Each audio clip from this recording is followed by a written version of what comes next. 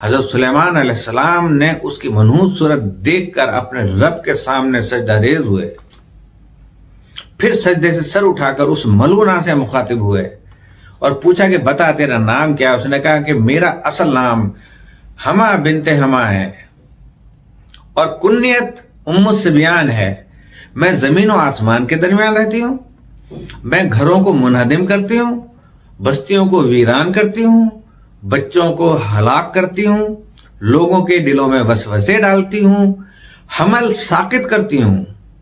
Abortion کرواتی ہے، میاں بیوی کے درمیان فتنے پیدا کرتی ہوں، ماں کے پیٹ میں بچے کو نقصان پہنچانے پر قادر ہوں، تاجروں کے کام میں خلل ڈالتی ہوں، نیک لوگوں کی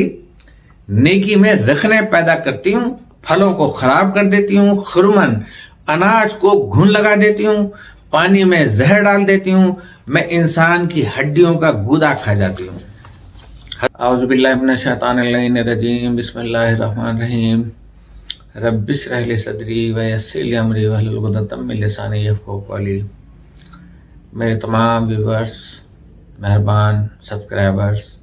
نان سبسکرائبرز اور جہاں جہاں مجھے سنتے ہیں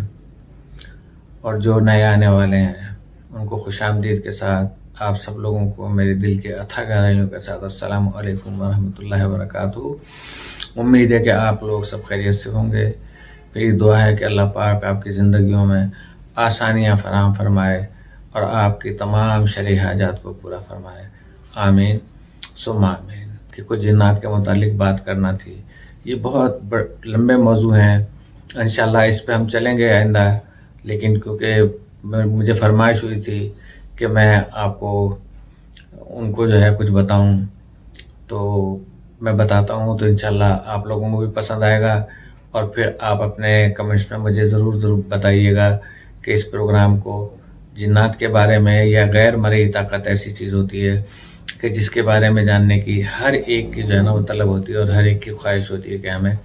پتہ چلے کہ یہ کیا چیز ہیں، کیونکہ نظر بھی نہیں آتے ہیں بھی یا نہیں ہیں، تو قرآن و سنت کی روشنی میں جو ہے ہم نے انشاءاللہ اس کو لے کے چلنا ہے اور تمام چیزیں آپ تک بالکل صحیح پہنچانی ہے۔ جنات کی حقیقت تو علامہ کمال الدین الامیری اپنے ایک مضمون میں تحریر فرماتے ہیں کہ ہوائی مخلوق الجن یہ انسانوں کے برخلاف ایک ہوائی مخلوق ہے۔ انسان نظر آتا ہے اور یہ ہوا کی طرح ہے کہ جس طرح ہوا ہمیں نظر نہیں آتی، محسوس ہوتی ہے، اسی طریقے سے وہ لوگ بھی محسوس ہوتے ضرور ہیں، لیکن ہمیں یہ اندازہ نہیں ہوتا۔ جس طرح ہمیں گرمی محسوس ہوتی ہے، جس طرح ہمیں سردی محسوس ہوتی ہے، ہم اس کا اپائے کرتے ہیں، ہم اس کا جو ہے نا ریمیڈی کرتے ہیں، اسی طریقے سے جو ہے وہ اللہ تعالیٰ نے اس مخلوق کو بنایا ہے کہ جو نظر نہیں آتی، لیکن اگر یہ کسی کو متاثر کرنا چاہیں تو اس کو یہ محسوس ہوگا باقاعدہ کہ ہاں میرے ساتھ کچھ ہو رہا ہے، لیکن یہ نہیں پتہ چلتا کہ کیا ہو رہا ہے۔ پھر وہ چاہے ڈاکٹر کے پاس جائیں یا کسی عامل کے پاس جائیں، اگر اسے پتہ چل جائے تو الجنی انسانوں کے برخلاف ایک ہوائی مخلوق ہے۔ حق تعالیٰ نے اس کو مختلف شکل و حیت اختیار کرنے کی قدرت عطا فرمائی ہے اور مشکل سے مشکل کام انجام دینے کی طاقت عطا کی ہے۔ اس کا واحد جو ہے سنگولر وہ جنی آتا ہے۔ جنی فیمیل نہیں ہے، جن جمع ہے۔ اسی طریقے سے اے جن و انس انسان ہے، انسان بھی واحد نہیں ہے، جمع ہے۔ ہم اس کو استعمال کر دیتے ہیں، بس ہماری یہ مجہول طریقہ ہے ہمارا، لیکن بہرحال سمجھ میں آ جانی چاہیے بات۔ تو اس کو مشکل سے مشکل کام کرنے کی طاقت عطا کی ہے۔ اس کا واحد جنی ہے، اور جن نون جنونن اس کے معنی آتے ہیں کہ دیوانہ ہونا یا پاگل ہونا یا پوشیدہ ہونا۔ جن بھی نظروں سے پوشیدہ اور اوجھل رہتا ہے، اس لیے اس کا نام جن رکھا گیا۔ مجنون بھی اسی سے نکلا ہے۔ ابن دردہ رضی اللہ تعالیٰ عنہ فرماتے ہیں کہ نبی کریم صلی اللہ علیہ وسلم نے ارشاد فرمایا کہ حق تعالیٰ نے جن کی 3 اقسام پیدا کی ہیں۔ ایک قسم سانپ، بچھو اور حشرات الارض کی شکل میں، دوسری ہوا کی طرح جو فضا میں رہتے ہیں، اور تیسری قسم انسانوں کی طرح ہیں، یہ حساب و کتاب کے بھی مکلف ہیں، یعنی آخرت میں ان سے بھی پوچھ گچھ ہوگی، اور ان کو بھی حق تعالیٰ نے 3 قسم پر پیدا کیا ہے۔ ایک قسم چوپائی کی طرح ہے کہ حق تعالیٰ فرماتا ہے کہ ایک قسم وہ ہے کہ جن کے اجسام انسانوں کی طرح ہیں اور ان کی روح شیاطین کی طرح ہے، اور ایک قسم وہ ہے کہ قیامت کے دن خدا کے سائے میں ہوں گے۔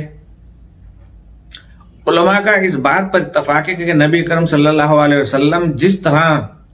انسانوں کی جانب مبعوث فرمائے گئے، اسی طرح جنات کے جانب بھی بھیجے گئے۔ چنانچہ کلام ربانی اس پہ شاہد ہے، مختلف جگہ پر کلام پاک میں اس کے بارے میں بتایا گیا ہے کہ جنات کے بارے میں۔ یہ مختصر سی تاریخ میں نے تعارف یہ میں نے کرایا ہے، انشاءاللہ آئندہ پروگراموں میں ہم آپ کو بتائیں گے۔ اب ہم سب سے پہلے اس بیماری کے متعلق بتاتے ہیں کہ ام الصبیان کیا چیز ہے۔ عموماً لیڈیز نے اور مردوں نے بھی سنا ہوگا کہ ام الصبیان کیا ہے، تو جناب حافظ جمیل احمد صاحب لکھتے ہیں کہ ام الصبیان وہ ڈائنا ہے اور اجنہ میں سے ہے، جنات میں سے ہے، کہ جو گھروں کو گرا دیتی ہے، محلوں کو برباد کر دیتی ہے، لوگوں کی محبتوں پر پانی پھیر دیتی ہے اور شرارت و خباثت کے ذریعے مصائب اور مسائل پیدا کرتی ہے۔ ایک روایت میں کہ حضرت جبرائیل علیہ السلام نے حق تعالیٰ کا پیغام حضرت سلیمان علیہ السلام کو بھیجا کہ تمام سرکش و شریر جنوں اور شیطانوں کو قید کیا جائے، تو تمام لشکر جنات جو کہ زمین و آسمان کے درمیان تھے بإذن سلیمان علیہ السلام حاضر ہوئے، مگر ام الصبیان نہیں آئی۔ جنات کے لشکر میں سے کسی نے عرض کیا کہ یا نبی اللہ، آپ نے کیا ام الصبیان کو پناہ دے دی ہے، امان دے دی ہے؟ حالانکہ ام الصبیان بنی آدم کو بہت زیادہ نقصان پہنچاتی ہے اور ان کے کاموں میں رکاوٹیں ڈالتی ہے۔ یہ سن کر حضرت سلیمان علیہ السلام نے آصف بن برخیہ اپنے وصی کو حکم دیا کہ جا کر جلد از جلد گرفتار کر کے ام الصبیان کو حاضر کرو۔ چند ساتھیوں کے بعد ام الصبیان کو زنجیروں میں جکڑ کر لایا گیا۔ یہ بہت ہی ہیبت ناک اور خطرناک صورت میں ایک عورت تھی، جنی عورت تھی، جس کے دانت ہاتھی کے دانتوں کی مانند تھے، اس کے بال کھجور کے ریشوں کی طرح تھے، اس کی آنکھیں دہکتے ہوئے انگاروں کی طرح تھیں، اس کے منہ اور ناک کے نتنوں سے دھواں نکلتا تھا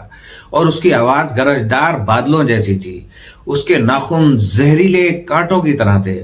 حضرت سلیمان علیہ السلام نے اس کی منحوس صورت دیکھ کر اپنے رب کے سامنے سجدہ ریز ہوئے،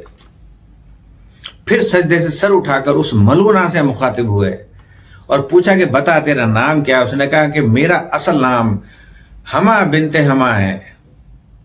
اور کنیت ام الصبیان ہے۔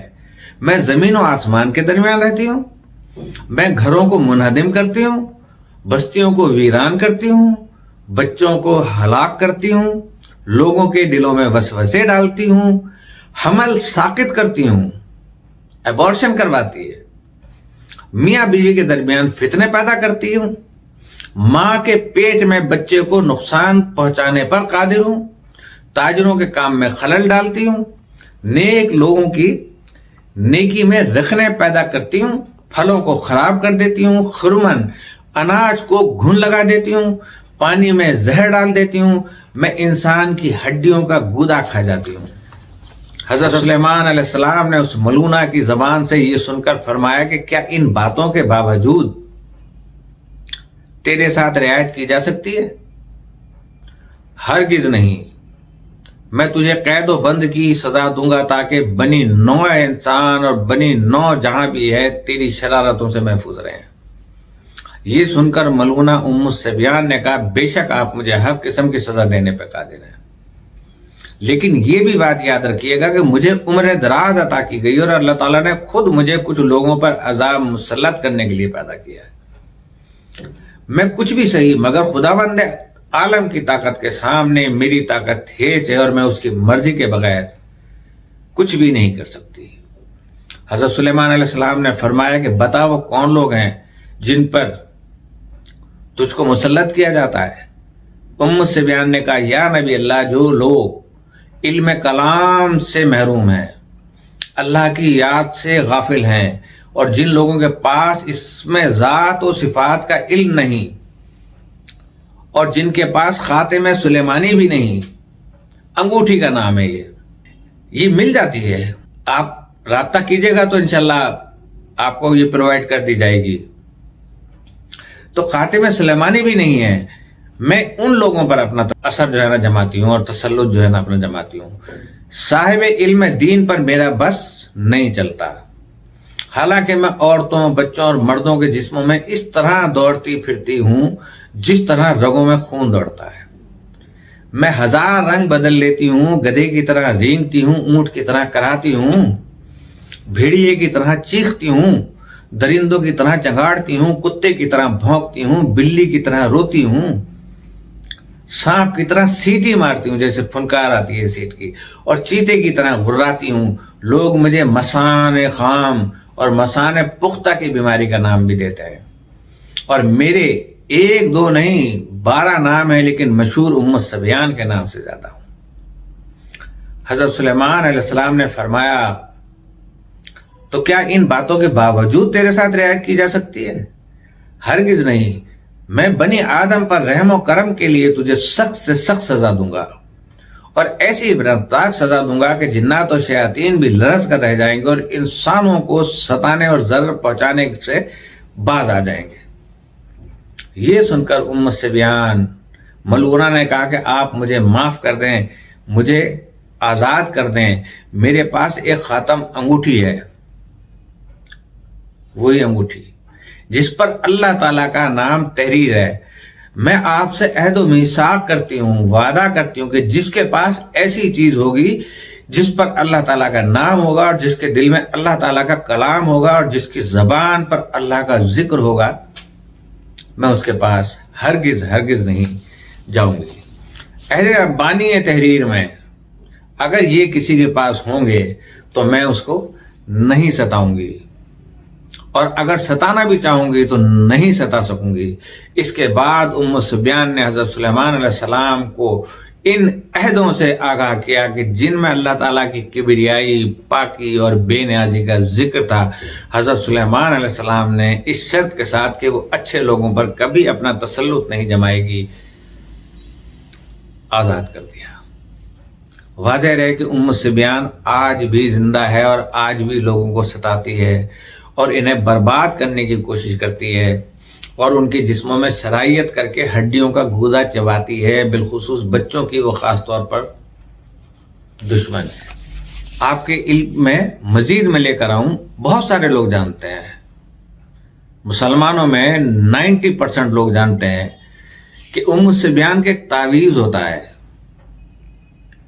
مل جاتا ہے، اس کو ایک گرہ میں باندھ کے،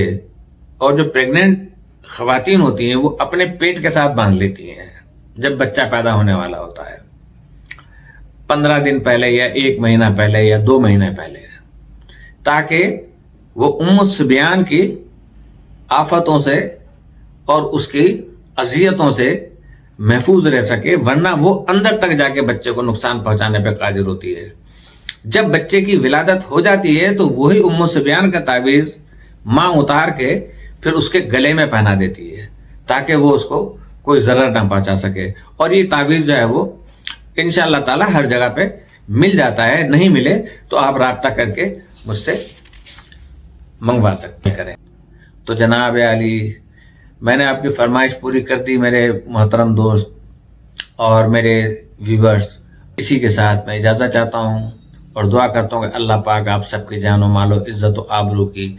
حفاظت فرمائے، اور پروردگار عالم آپ کو ہر قسم کی پریشانیوں سے دور کرے، اور ہماری جان و مال و عزت و آبرو اور ایمان کی حفاظت فرمائے، اور مسلمانوں کی ہر جگہ مدد فرما، غیبی مدد فرما۔ السلام علیکم ورحمۃ اللہ وبرکاتہ۔